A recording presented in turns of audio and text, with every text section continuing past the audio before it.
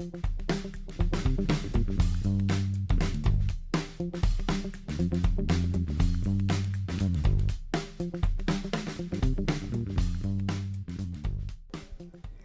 aí, galera, voltamos. Então, tem um recadinho importante para dar para vocês. Vocês lembram que ontem a gente teve uma prenda do Game Show do Tecnológicos, né? Então, essa prenda ela já está disponível, o Lucas já gravou ela e ela está nas nossas redes sociais, @Unicinos e @UnicinosConecta. E além de ser exclusivo só para quem acessar lá, o Lucas deixou um recadinho muito importante também. Então acessa lá, tá muito bacana e muito engraçado. E aí, gente, vocês estão gostando do evento? Comentem no chat o que vocês estão achando. Pois é, Gi. Sabe que quando eu participei do evento Conecta, que já faz alguns anos atrás, eu tinha muita dúvida do que eu queria fazer ainda, mas eu já tinha alguns cursos em mente. E quando eu testei esses cursos na prática, eu vi que eles não eram o que eu queria fazer para minha vida, eles realmente não eram o que eu queria para o meu futuro, testando eles na prática. Então, acho muito importante essa experiência de frequentar as oficinas antes, porque antes eu queria, por exemplo, ser médico veterinário e hoje eu curso Relações Públicas da Comunicação, que é uma área totalmente distinta e totalmente diferente, mas eu não tenho dúvida que através das oficinas, através do evento, eu consegui me encontrar. Legal, Otávio. Com certeza, né?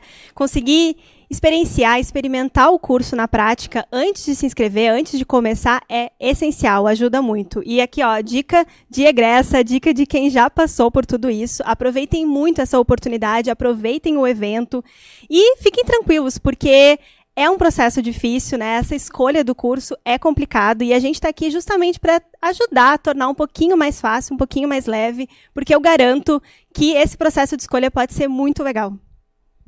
É isso aí, Gi. Tá, mas agora eu vou te interromper um pouquinho, tá? Tu não vai elogiar minha roupa. Eu tô todo trabalhado aqui no estilo e tu não me deu um elogio. Ai, desculpa, mas tu tá um arraso. Obrigado, tu tá um arraso, obrigado. Parabéns. E eu sei que eu também tô, né? Modéstia à parte, eu sei que eu também tô. E isso graças aos nossos parceiras, Renner e o Com, que disponibilizaram esses lookinhos maravilhosos pra gente com a curadoria dos alunos do curso de moda. E com certeza, eles nos ajudaram muito a deixar o evento ainda mais bonito. Sem dúvida, Gi. Eu amei as peças, curti demais o meu look. Mas agora voltando, galera, agora a gente vai ter um bate-papo com o professor Gustavo Borba. Ele é professor e pesquisador da Unicinos e ele também é diretor no Instituto para Inovação e Educação. Ele vai falar um pouquinho sobre essa experiência de 2020, né, que pegou todos nós de surpresa. E ele vai citar alguns desafios impostos pela pandemia e como os professores eles podem potencializar essa ação através da tecnologia, usando alguns recursos da tecnologia. E lembrando que daqui a alguns minutinhos a Mari Araújo vai estar aqui falando com vocês, então fiquem ligados, porque a gente está recém na metade do dia, tem muita coisa boa para acontecer ainda. Gente, hoje eu e a Gi, a gente já vai ficando por aqui, foi ótimo estar com vocês, a gente espera muito que vocês estejam curtindo o evento, né? Exatamente, mas calma, que o evento não acaba agora, tem atividade até às 21 horas e logo mais outros 2 apresentadores vão estar aqui no palco com vocês. Muito obrigada pela companhia hoje e até amanhã. Então tá, gente, aproveitem, a gente se vê amanhã de novo. Gustavo, é contigo. Beleza, tudo certo, pessoal. Prazer muito grande estar aqui com vocês, fiquei muito contente com esse convite, né, para poder compartilhar algumas ideias e também ouvir os colegas e professores e alunos que estão nesse momento interagindo no Conecta. E a ideia é a gente conseguir construir um bate-papo. Até coloquei ali no YouTube antes de começar, né, eu estava com a tela do YouTube aberta, agora fiquei aqui focado na apresentação, para que vocês possam colocar as questões ali. A Joana vai trazer as questões para mim e aí eu posso, a partir também desses elementos ou desses pontos, poder compartilhar algumas ideias com vocês. Então, primeiro eu queria agradecer, pessoal, é para mim uma honra muito grande poder interagir aqui e contar um pouquinho da experiência que a gente teve na universidade durante esse período, né? Acho que todo mundo, independente de estar na escola, estar na universidade, teve que se reinventar, digamos assim, né, durante 2020, ou, como essa é uma palavra que tem sido bastante usada, teve que pelo menos repensar a sua forma de interação nos ambientes remotos. Acho que esse é o ponto principal, né? Porque, na verdade, todos nós tivemos que, de uma hora para outra, reconstruir a nossa ação como professores, né? Nesse período todo, eu estou na Unicinos já há 20 anos, né? Sou professor da Unicinos há bastante tempo, amo essa instituição e tenho tido uma alegria muito grande em poder exercer vários papéis diferentes dentro da universidade, e nesse momento eu estou atuando então como diretor do Instituto para a Inovação na Educação, que é um espaço que busca fortemente essa conexão também com as escolas, né, para poder interagir com professores, com alunos, especialmente em pontos como que competências eu preciso desenvolver para esse novo momento, como que eu posso transformar esses espaços de ensino e aprendizagem para que a gente possa criar um engajamento mais forte ainda dos estudantes, especialmente, né? Então esse é o contexto onde eu estou hoje, né? E dentro desse processo todo, então, em 2020, eu tive a oportunidade, junto com outros colegas da universidade, de interagir com muitos professores, né? Tanto da universidade quanto das redes de escolas, né? A gente teve um trabalho importante dentro da rede jesuíta, a gente fez algumas atividades junto ao governo do estado, com alguns professores também do estado, e esse processo todo permitiu que a gente escutasse bastante os professores, entendesse como que foi ou como que foi esse período, né, de adaptação para os professores, e percebesse também algumas práticas que podem eventualmente ser compartilhadas e pontos que a gente pode aí discutir do ponto de vista de possibilidades a partir desse distanciamento, entre aspas, da presença, mas que é fundamental do ponto de vista da interação, né? Acho que esse é o ponto principal. A gente não pode perder a interação, a conexão e essa relação importante entre alunos e professores para a construção do conhecimento. Então, a partir desse contexto todo que eu estou falando hoje, né, vou tentar trazer para vocês primeiro um olhar de como é que foi essa história, e aí vou apresentar duas pesquisas que a gente fez dentro da universidade com alunos e professores, né? Esse material que eu vou trazer hoje para vocês, foi construído junto com o pessoal da unidade de graduação, né, da Unicinos, e o material gráfico, toda a apresentação pela Dinara Dalpai. Nós tivemos a oportunidade de, durante o segundo semestre, apresentar uma parte desse material que eu vou trazer hoje para os professores da universidade, e agora, então, com alguns elementos aí adicionais, eu trago para compartilhar com vocês aqui. Bom, eu vou compartilhar minha tela, e aí acho que vai ficar mais fácil de todo mundo enxergar aqui o que está acontecendo. Então, qual é o grande ponto, né? O que a gente aprendeu e o que ainda nos desafia nesse período todo aí de ensino, né, remoto que a gente fala na universidade. Bom, só para a gente lembrar, e aí que eu falo um pouco pela universidade, mas eu imagino que todos aqui tiveram uma experiência assim, como aluno ou como professor, nas escolas e nas instituições de ensino superior aí Brasil afora, né? A gente começou o ano com a aula presencial, né? E aí passou aquele momento, no nosso caso aqui, a gente se reencontrou, reencontrou os alunos que fazia tempo que não via, os colegas, tudo mais. Teve uma segunda aula, 2 semanas de aula, né? Tudo acontecendo, algum movimento, mas a gente entendendo que as coisas iam seguir. E aí na terceira semana de aula, a gente tem a notícia de cancelamento, né? E aí vem a compreensão, digamos assim, de todos nós também, né, da gravidade do que estava acontecendo. E a incerteza que entrou em campo, né? Então vejam, os professores como um todo, acho que não só na universidade, nas escolas também, eles iniciam o ano com um planejamento bem definido, né, o planejamento do ano, o planejamento do semestre, e aí 2, 3, 4 semanas depois disso, vem essa questão e a notícia, então, do cancelamento de aulas presenciais. E aí vem o ambiente remoto, e começa uma loucura para nós como professores, né?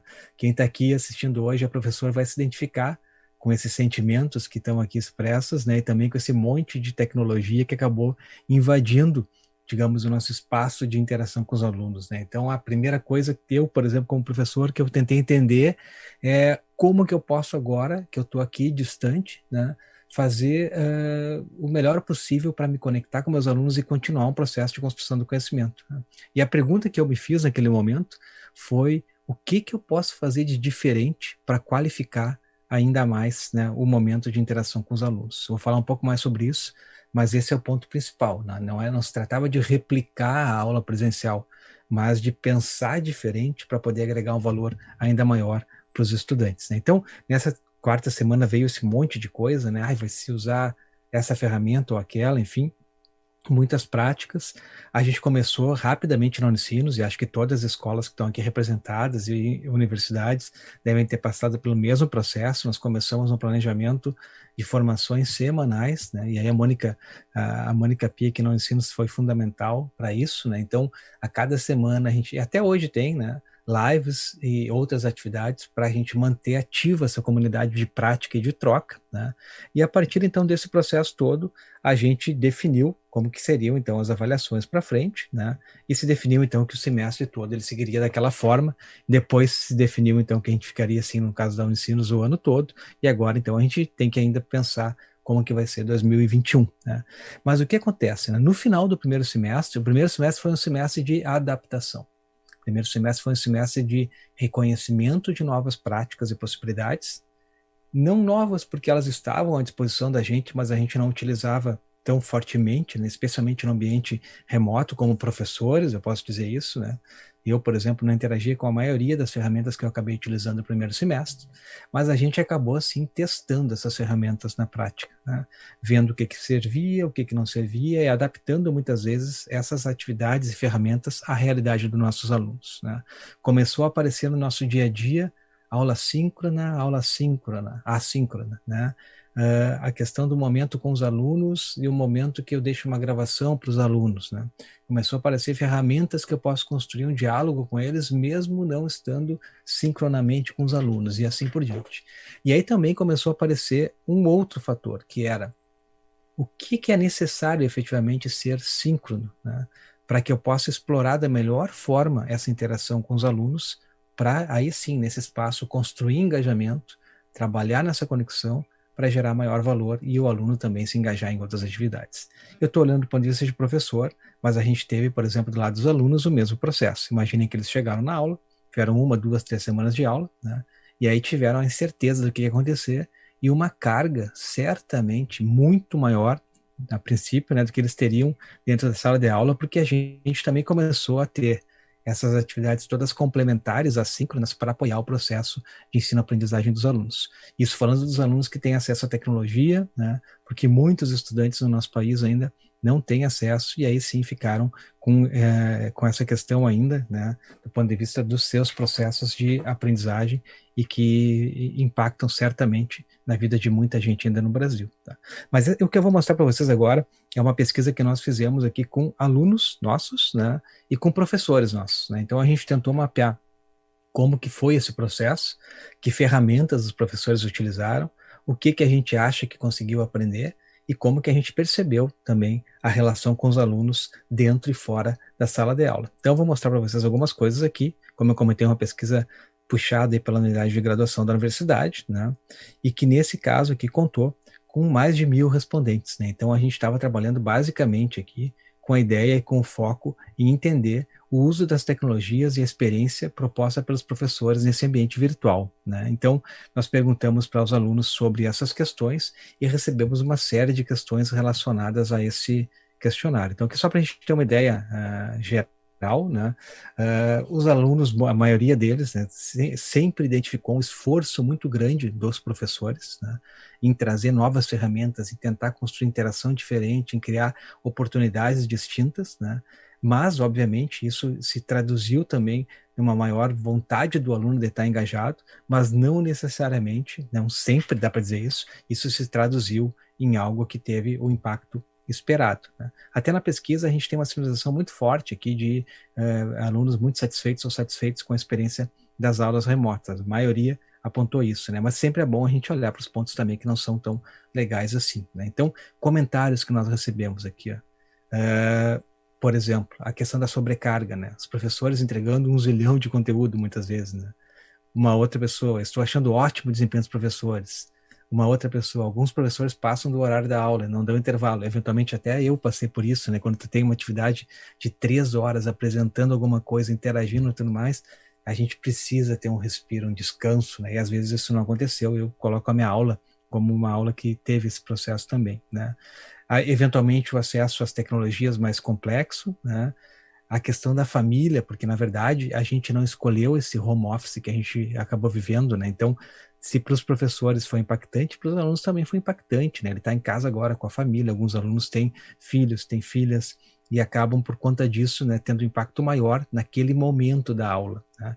Mas eu acho que o ponto principal que apareceu aqui foi a grande dedicação dos professores em construírem uma nova relação nesse processo de ensino e aprendizagem remoto. Acho que é bem importante trazer isso, tá?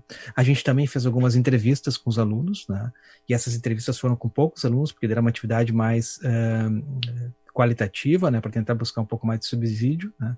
E aí nesse processo todo veio algumas questões, como por exemplo, o problema não é tanto o formato, mas a disponibilidade das pessoas. Então, muitas vezes, né, o formato, não precisa ser presencial ou remoto, mas é importante a conexão, a disponibilidade das pessoas para a construção do debate, né, tanto professores quanto alunos. Né.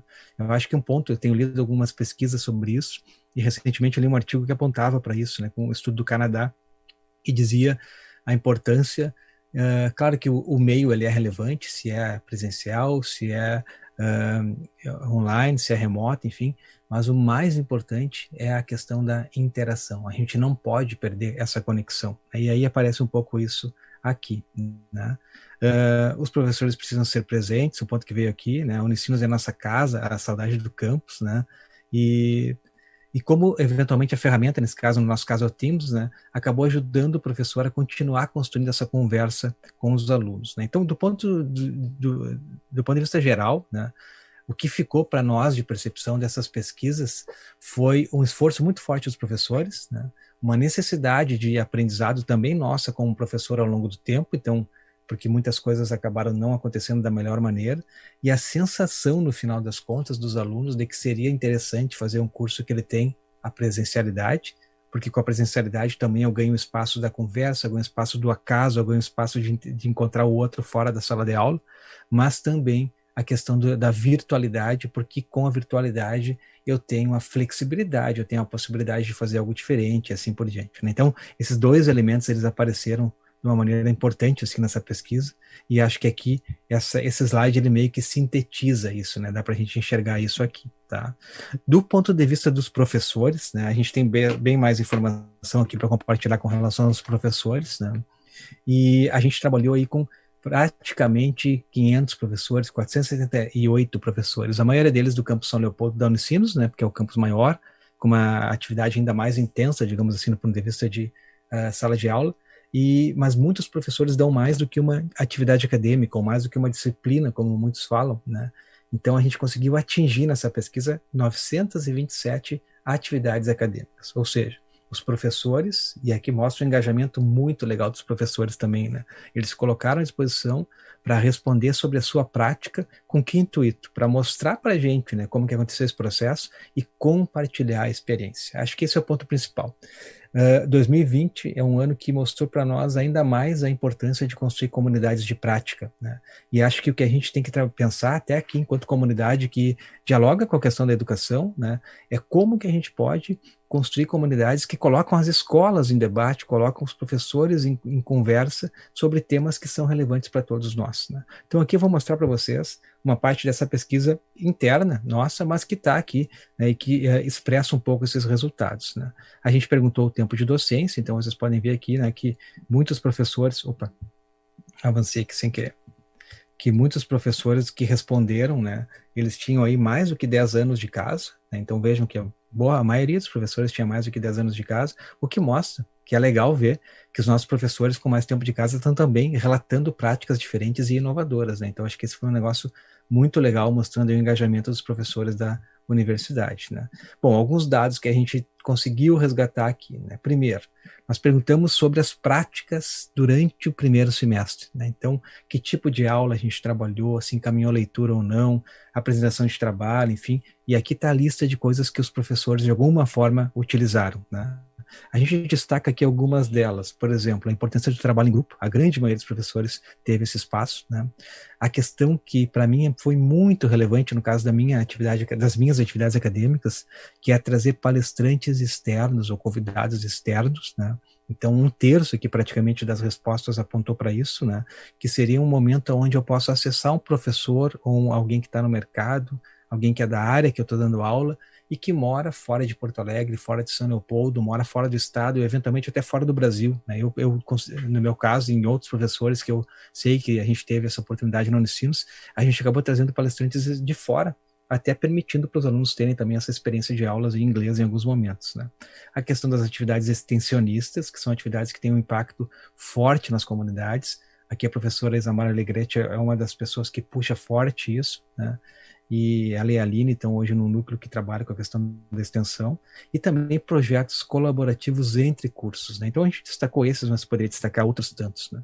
Com relação às ferramentas, pessoal, aqui vejam a quantidade de ferramenta que a gente acabou utilizando, e outras tantas que ficaram no campo outros e não estão reveladas aqui como uma ferramenta em destaque, e boa parte destas, pelo menos eu, não tinha conhecimento antes desse ano, né? Ou sabia que existia, mas não tinha usado, né? Então aqui a gente pode ver o papel do Mentimeter, por exemplo, Kahoot, outros tantos, né? Mas eu queria destacar os grupos que foram criados para manter a conversa ativa com os alunos, né? Então as redes como o WhatsApp permitiram para os professores manter uma conversa ativa e manter o aluno engajado no seu processo. Daqui a pouco mandando um texto, mandando um lembrete de uma aula, mandando até um link de uma palestra que ia acontecer, né? Então, aqui a gente vê as ferramentas tecnológicas como um espaço legal e que impactaram o nosso dia a dia, né?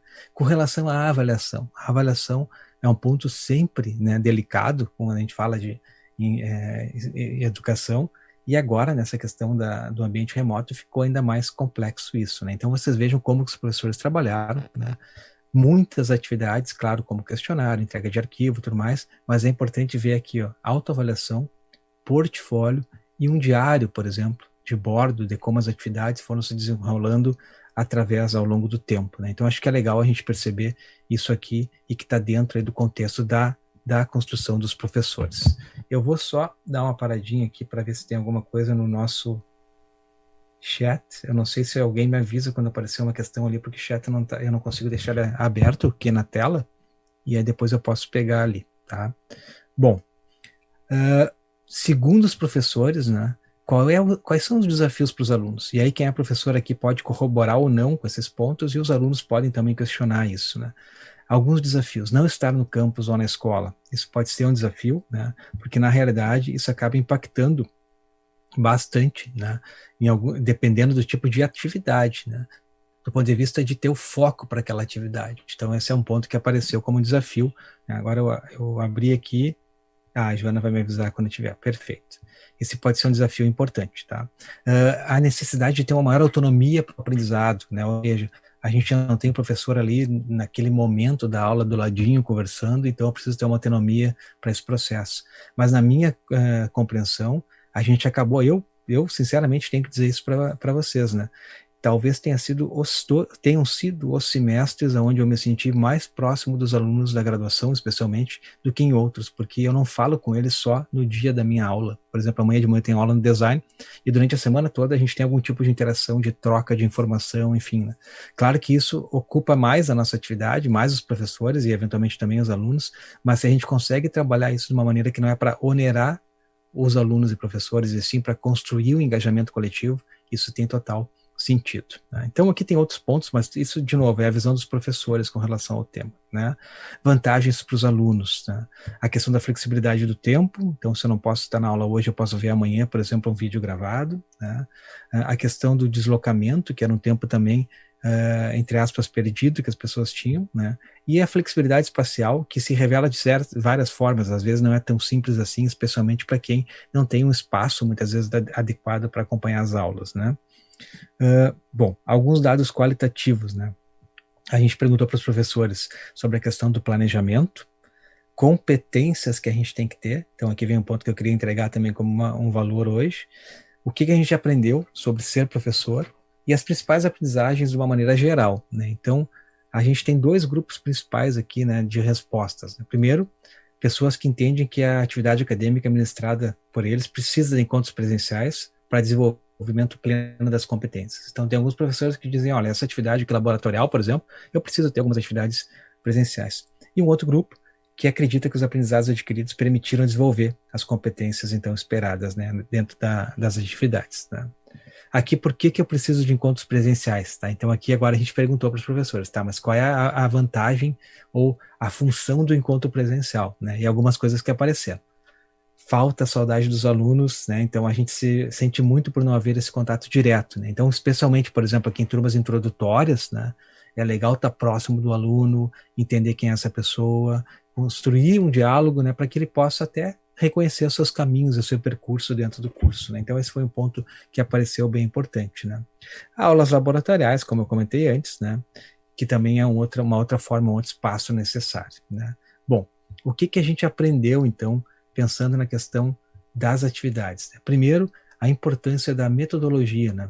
O professor acabou revelando isso nessa pesquisa, que precisa construir seu estilo de aula para gerar mais engajamento, né? Então, cada um de nós, né, que é professor, sabe que o nosso processo, ele é diferente, né, do colega, né? E quando a gente está na aula, dando aula, fazendo uma exposição, uma aula dialogando com os alunos, expondo algum conteúdo, isso tem um sentido. Quando eu trabalho em grupo na sala de aula, tem um outro sentido. Agora, quando é um ambiente remoto, a gente teve que construir essa identidade também. Então, esse foi um momento importante, né? Então, várias coisas que apareceram aqui. Aqui são citações de falas dos professores, né? Manter a lógica com foco na interação, no acompanhamento, na presença, conhecer metodologias novas, né? A questão de alunos que gostam de ver desenhos, por exemplo, então o professor trabalhando com desenho e assim por diante, né? Aqui tem um ponto que eu quero destacar, que é a competência de empatia, né? Então, o valor da empatia, né? Que seria uma competência que foi destacada também pelos professores como fundamental nesse contexto todo, né? Então, a ideia de que eu preciso, de alguma forma, né, me colocar no lugar do aluno e entender a realidade desse aluno, né? Desde momentos de abertura de aula ou de momentos via celular mesmo, onde a gente simplesmente pergunta para os alunos como é que vocês estão se sentindo hoje, como é que está a tua semana, como é que está o teu semestre. Isso, de alguma forma, ajuda os alunos a revelarem para a gente, né, questões que vão para além da nossa atividade acadêmica e que muitas vezes são fundamentais para o bom, não desempenho é um pedaço, né, mas para o bom acompanhamento e motivação dos alunos durante o semestre, né. Então, a questão de dar voz para o aluno, uma outra questão que foi destacada, que é o protagonismo dos alunos, né? Chamar esses alunos para conversas eventualmente individuais, dependendo do contexto. Daqui a pouco tem algum aluno que tem alguma dificuldade específica, alguma coisa que quer discutir, enfim, é importante ter esses espaços individuais, né? E aí vem um ponto-chave, além da questão da empatia, de dar voz para o aluno, que é a importância da criatividade, né? E acho que essa talvez, pessoal, tenha sido a palavra principal que apareceu para a gente durante esse ano aí de pandemia, né? Como repensar os nossos processos e criar o diferente para, dessa forma, impactar positivamente o processo de aprendizagem dos alunos, né? Então, aqui a gente viu que muitos professores se sentiram à vontade para fazer isso, e eu tenho que dizer que eu conheci nesse ano, eu, enfim, conheço a maioria dos professores da Unicinos, mas muitos desses colegas, eles acabaram trazendo coisas que eu nem imaginava do ponto de vista de baitas ideias, assim, e criações que permitiram impactar diferente nessa conexão com os estudantes, né? Um outro ponto que foi o valor da colaboração, então uma outra competência que é colaborar, né? Então a gente tem que construir com o outro, escutar o colega, escutar o outro professor e a partir disso construir coletivamente, sempre percebendo a importância e a relação com os alunos. Acho que esse é um ponto bem legal, tá? Aqui tem um ponto que foi colocado, que a Joana trouxe para mim, da Iberlise, né? Em geral, tu acha que os alunos fazem mais perguntas nas aulas online por conta de poderem utilizar o chat em vez de interromper a aula, levantar a mão e ter que se manifestar através da própria voz? Isso é uma baita pergunta, sabe, Iberlise? Eu fico pensando o seguinte, acho que é difícil dizer mais ou menos, porque também depende muito do perfil de turma, né? A gente nunca tem duas turmas iguais, né? Então não consegue muito fazer essa comparação, mas eu diria pela experiência desse semestre que sim, os alunos hoje, eles têm vários canais para a questão da pergunta, e muitos que tinham até eventualmente uma timidez. Eu sempre fui muito tímido para falar em aula, né? E me sentiria à vontade para botar uma pergunta no chat, por exemplo, né? Então hoje, que ele pode jogar no Teams, né? Alguns levantam a mão e falam, mas eventualmente não abre a câmera, enfim, tem muitos canais, né, de conversa que acabam permitindo, sim, que os alunos possam ter essa conexão maior, né? Essa possibilidade maior de não sair da aula com as perguntas, né? De colocar as perguntas para transformar elas em novas perguntas, provavelmente, mas num diálogo ativo com o professor, né? A Thaís, nossa colega, ele está dizendo que o maior desafio ainda é em relação aos alunos com dificuldade de acesso. É verdade, né? Tem um esforço para que esses estudantes se mantenham no processo de ensino-aprendizagem, e aí vem a questão da empatia. Sem dúvida, eu acho que a questão do acesso à tecnologia, especialmente, ela é muito importante, né? E a gente tem que dar conta no nosso método e na nossa proposta de planejamento de todos os alunos, né? Então, claro que seria muito legal a questão de poder estar com todo mundo com a melhor internet possível, todo mundo síncrono, enfim, mas essa não é a realidade, né? Então a gente tem que construir várias coisas para poder potencializar essa relação, né? Bom, depois disso, então, um outro ponto que veio forte dos colegas foi a questão da importância da comunicação, mais uma competência, né, que é saber comunicar, estar disponível para essa comunicação, e essa comunicação ser feita de uma maneira clara e objetiva, né, porque, na verdade, como tem mais um elemento que é a questão da não presencialidade em pauta, eu não posso tornar isso ainda mais complexo, né? Então, uma comunicação direta, clara, com um planejamento bem definido, enfim, é fundamental para os alunos e também para os professores, né? E aí um ponto que poderia ficar, né, de lado, né, mas que não, ele é ainda mais importante, é a preparação da aula. Eu sei que todo professor prepara a aula, né? Só que entrar numa sala e trazer um conteúdo que tu já tem um conhecimento anterior e que tu vai entregar para os alunos, né? Isso é um pedaço da nossa atividade, sem dúvida nenhuma, mas isso é mais, entre aspas, tranquilo de fazer, né? Agora, a aula, ela é um projeto, né? A aula, ela tem vários momentos, ela tem várias etapas, vários pedaços que estão sempre conectados, e o que interessa nesse processo todo fluido são as conexões e a interação, né? Então, como que eu projeto esse encontro, né? Como que eu projeto esse encontro para fazer uma entrega de conteúdo, mas também para propor um debate, para ouvir o aluno, para construir a partir da fala dele e assim por diante, né? Então, acho que é muito relevante essa questão da preparação nesse sentido, no sentido de construir elementos para gerar uma conversa com os nossos alunos, né? E a última questão que apareceu estava relacionada às tecnologias digitais, né? Então, a importância de conhecer cada vez mais isso e ter essas assessorias, enfim, esses espaços para compartilhamento, né? Então, os professores trouxeram muito isso e essa foi uma marca, eu acho, né, desse momento de construção coletiva do processo todo, né? Bom, depois disso, eu só vou passar aqui para entrar num ponto final, que é essa frase aqui, ó, que é muito impactante para mim e que é legal ver os professores assim, né? Essa frase é uma professora que já tem muito tempo de casa, né? Mais tempo que eu, que tenho 20 anos, e que dizia assim: eu estou ainda em processo de aprendizagem, né? E é muito legal a gente ver os professores se colocarem assim, ou seja, nós todos estamos sempre aprendendo. Acho que a profissão de professor, ela tem várias características legais, dentre elas é essa, né? Poder interagir com alguém que está te colocando uma pergunta que te faz pensar e te faz construir junto com aquela pessoa uma nova resposta, uma possibilidade, uma nova pergunta. Então, esse exercício contínuo de aprender, de escutar, de se conectar, faz parte do nosso dia a dia, e não foi diferente durante esse ano, né? Então, acho que essa questão aqui, ela retrata bastante características que estão relacionadas ao que aconteceu aí durante o ano está acontecendo ainda, o ano não acabou, né? Durante o ano de 2020. Bom, pessoal, eu queria assim, ó, a gente tem uns minutinhos ainda, eu vou parar de compartilhar a tela, só para poder olhar com mais calma aqui no chat se apareceu alguma pergunta. Já parei, né? Tá. E vou fazer um fechamento da fala no seguinte sentido. O ponto principal para mim dessa atividade toda, ou desse processo todo de reconstrução da nossa lógica de interação em sala de aula, está em um elemento, que é como construir engajamento no ambiente remoto, tá? E esse processo de construção de engajamento, ele passa por um elemento também, que é a interação entre professor e aluno, entre alunos e entre professores, né? Então, para mim, o desafio como pesquisador que eu vejo hoje para quem está no campo de pesquisa que eu estou trabalhando é como projetar essas interações, como projetar essa interação para que faça sentido para todos, né? A conexão e o processo coletivo de aprendizagem. Então, nesse momento de atividades remotas, né, me parece que a gente conseguiu entender, depois de um momento de muita dúvida e turbulência, né, que as ferramentas tecnológicas, elas são uma forma de apoio, um apoio fundamental para a gente poder criar um jogo na aula que ajuda o aluno a se conectar, um apoio fundamental para eu, por exemplo, montar nuvens de palavras sobre como as pessoas estão se sentindo num dado momento, o que entenderam sobre um tema, né? Um apoio para que eu possa escutar o aluno até na sua individualidade, tudo isso é fundamental, né? Mas elas são, sem dúvida nenhuma, um apoio, né? Elas revelam para a gente ainda mais a importância de uma interação ativa e muito forte, né, entre professores e alunos para a construção do conhecimento. Acho que esse é o ponto principal, né? Eu não lembro de outro semestre, embora eu seja um professor que eu me considero bastante cuidadoso, interajo muito com os alunos, enfim, mas eu não, esses 2 semestres, eles foram diferentes para mim, né? Porque eu posso dizer com certeza que eu lembro o nome de todos os alunos que estão no espaço virtual comigo hoje nas aulas remotas, né? E não me lembro disso acontecer eventualmente em outros semestres com todas as turmas que eu tenho. Nesse momento aqui eu tenho 4 turmas, né?